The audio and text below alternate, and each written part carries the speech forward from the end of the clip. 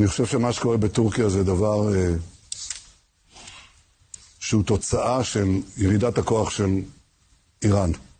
איראן זה הציר השיעי הקיצוני, וטורקיה זה החס, הציר של האחים המוסלמים, הקיצוני גם. הדברים שארדואן אומר על הרצון להשמיד את ישראל, להשתלט בחזרה על ירושלים, אני חושב שהוא שכח ש400 שנות השלטון של האימפריה העות'מאנית הסתיימו.